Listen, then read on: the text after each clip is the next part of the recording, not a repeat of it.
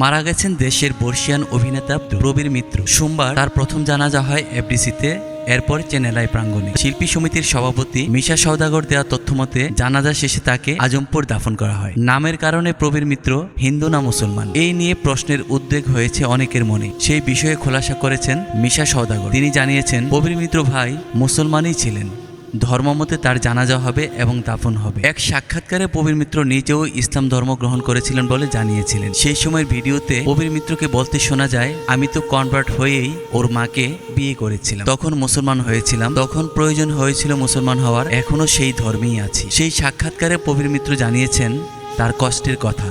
বলেছেন, অভিনয় করতে না পারলে আমার খুব কষ্ট হয়, আমি অভিনয় করতে পারছি না, এটাই আমার বড় কষ্ট। অভিনয়টা আমাকে খুব টানে, অপেক্ষায় আছি সুস্থ হয়ে আবার অভিনয়ে ফেরার। ভিডিওতে সহকর্মীদের কথাও বলেছিলেন অভিনেতা। জানিয়েছিলেন অনেকেই তার খোঁজ খবর নেন, সবাই তার জন্য দোয়া করেন, তিনিও সবার জন্য দোয়া করেন, সবাই যেন ভালো থাকেন, সুস্থ থাকেন। কথোপকথনের এক পর্যায়ে ধর্ম নিয়ে জানতে চাইলে প্রবীর মিত্র জানান, বিয়ের সময় মুসলমান হিসেবে কনভার্ট হয়েই বিয়ে করেছিলেন। সেই সূত্র ধরে মাঝে খবর ছড়ায় প্রবীর মিত্র মুসলমান হয়েছেন। তবে ধর্ম নিয়ে প্রবীর মিত্র ভাবনা জানাতে চাইলে তিনি বলেন, ধর্ম নিয়ে আমার কোনো বাড়াবাড়ি নেই, সবার উপরে মানুষ সত্য, তার উপরে নেই